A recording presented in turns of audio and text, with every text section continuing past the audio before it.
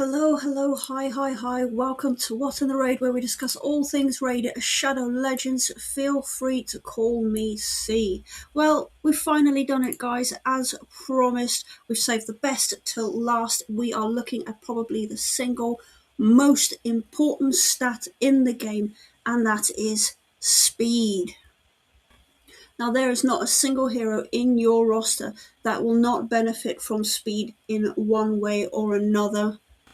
The higher your speed in this game, the more frequently your champions get to act. Now let's wrap this up with the abbreviation.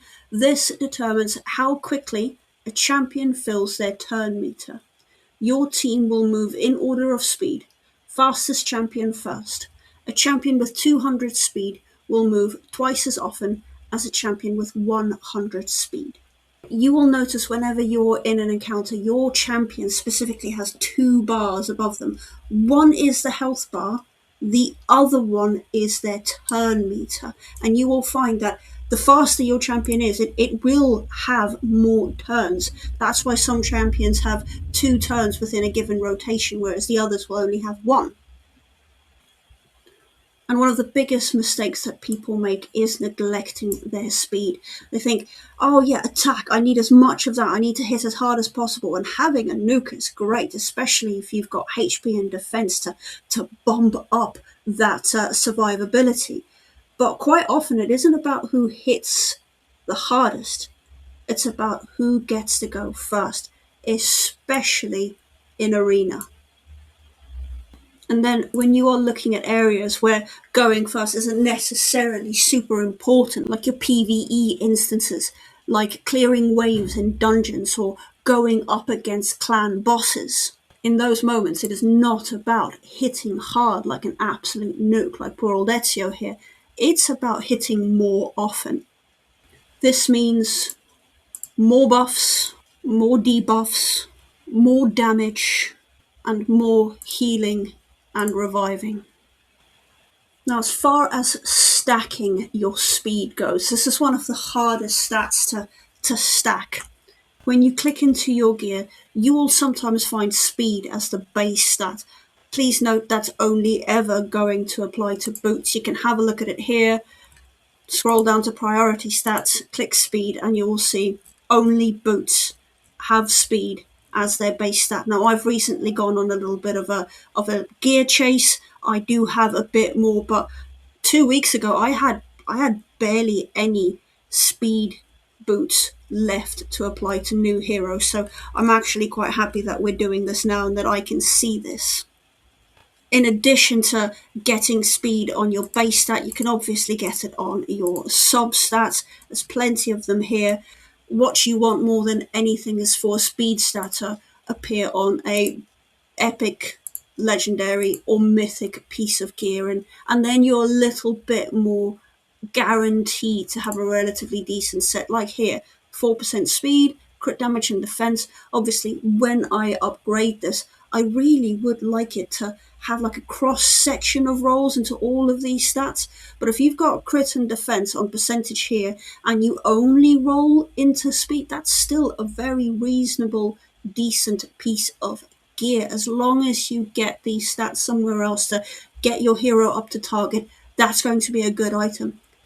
You will never hear anyone saying to deprioritize speed. Going first, going more often, you really want that in your life. Now you can also upgrade your gear, go into enchant, you've got your speed glyphs here, until I've got far fewer speed glyphs than I've got anything else because I use them so often. Now you can get a little bit of speed in faction guardians, again situational, down to the actual faction, down to the actual rarity, but you've got speed as the very final upgrade. So don't rely on this, it's just nice to know that eventually you can potentially get those extra points for that rarity in that faction. But the saddest part of all, everyone, is in Great Hall, under your affinity bonuses, there is no option to stack speed. You can, of course, get it under your area bonuses. Everyone's really excited when they finally see that part, but affinity bonuses, sadly not.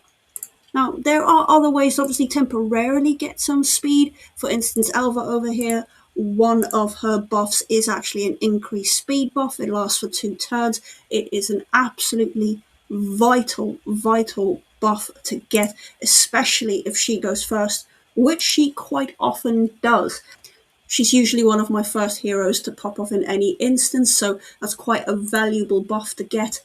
And of course, never underestimate the value of a hero who has a speed aura. Alva's one, Doom Priest is another, Ezio, and good old Hilvi, whom I will be building very soon. Just obviously make sure that it is in all battles, or if it can't be in all battles, at least in arena. Really do want the speed aura to apply to as many locations as possible, not like Pan Bohorn, who can only apply it in dungeons and isn't that great of a hero to begin with. I mean, he's alright, but it's not anything that I'm going to be writing home about.